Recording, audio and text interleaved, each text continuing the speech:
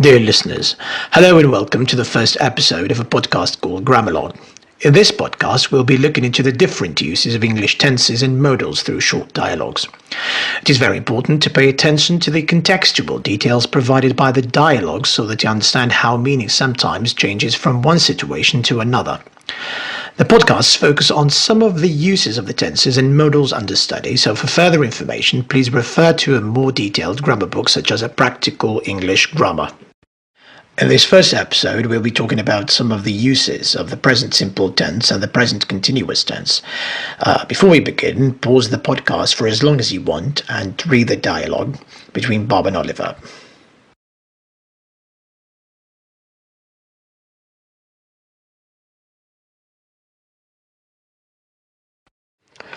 Let's now analyse the dialogue. Oliver says, "You're always doing this." Actually, that's not how it's said in real life. Why? Bob has the habit of being a last-minute packer. Does Oliver like it? No, of course. Bob has done this several times and Oliver thinks this is too annoying. In other words, he disapproves of Bob's actions. Of course, Bob is not a last-minute packer every single time he plans to travel somewhere, but he's done it too many times to the extent that now Oliver thinks it's become an annoying habit. To express disapproval of somebody's actions, we use the present continuous. Disapproval is expressed with a change in the speaker's tone. This is how it should be said. "You're always doing this." Oliver carries on saying, "Your plane takes off at 2. It's not difficult to recognize that although the verb take off is conjugated in the present simple tense, it refers to a future time. We usually express the future using different tenses like the present continuous, as we shall see in a moment, the future simple, the future continuous, and so on and so forth. However, when we talk about a future event that is connected with a timetable, and this is the key word here, we use the present simple. So, when you talk about a bus timetable, a train timetable, airline timetables, or your school timetable, use the present simple tense. For example, tomorrow I'll study physics at 12. Moving on to the line where Bob says we're meeting tomorrow to discuss the terms of the contract. Again, the present continuous here is connected with a future time. The tense is used to express a definite future arrangement. Why is it definite? It's because both Bob and Ethan have already talked about where and when to meet. So, where there is this idea of premeditation and plan, use the present continuous. For example, Bob is flying to London this afternoon. The use of the present continuous here implies that Bob has made plans that include buying a plane ticket, buying the necessary things, and probably other stuff. Then Bob says Ethan works in Oxford, but this year he's working in the London branch of the company. Here, the verb to work in the present simple tense expresses a permanent situation, one that lasts for a very long time. For example, they live in Algiers. This implies that's where they have lived for a long time, or that's where they intend to live for a long time. Now, compare Ethan works in Oxford with this year he's working in London. The context implies that there is a limited period during which a certain action happens. Here, it is this year. To express a temporary situation like this one, use the present continuous.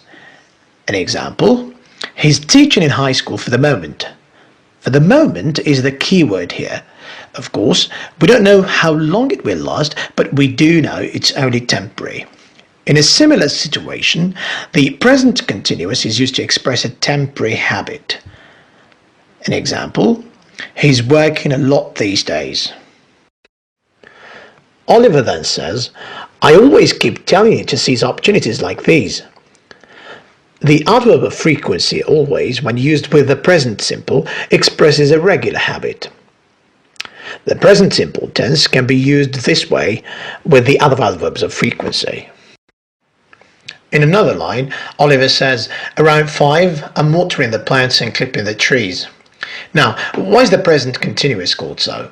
Simply because it usually refers to a progressive action happening at the moment of speaking. Watering and clipping are progressive actions, but are they happening now? The context suggests that there will be progressive actions tomorrow at a specified time. So to paraphrase what Oliver says, we may say, around 5, I'll be in the middle of watering and clipping the trees. Now it's become clear that the present continuous can be used to express a progressive action that begins before a specified time in the future and continues after it. For example, tomorrow at midday I'm having lunch. Then Oliver says, I'm refurbishing the house this month. Again, the action is progressive. Is it happening now? No, of course. Look at the contextual clues. 1. This month. 2. I figured I'd start with the garden. They suggest that the act of refurbishing will extend over a period of time and that it will happen at different intervals. The present continuous can be used this way to express a progressive action not necessarily happening at the moment of speaking. In our example, there are some implications. 1.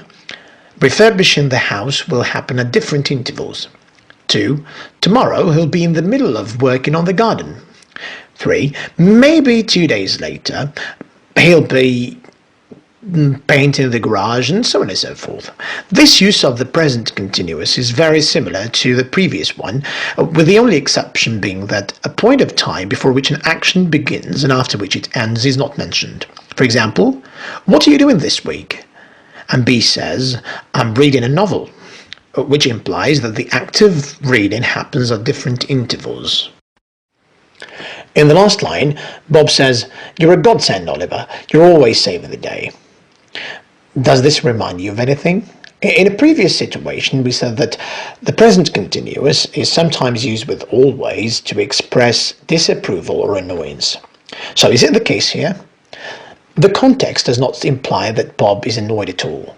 On the contrary, it implies that he approves of Oliver saving the day. Strangely, the present continuous is also used to express approval with a change in the speaker's tone to indicate that. So this is how the previous example should be read. You're a godsend, Oliver. You're always saving the day. Let's take a neutral example. Bob is always reading novels. If the speaker thinks that Bob reads a lot and thus spends almost no time with him, he or she may say, Bob is always reading novels. If the speaker thinks that Bob is doing a good thing by reading novels, she or he may say, Bob is always reading novels.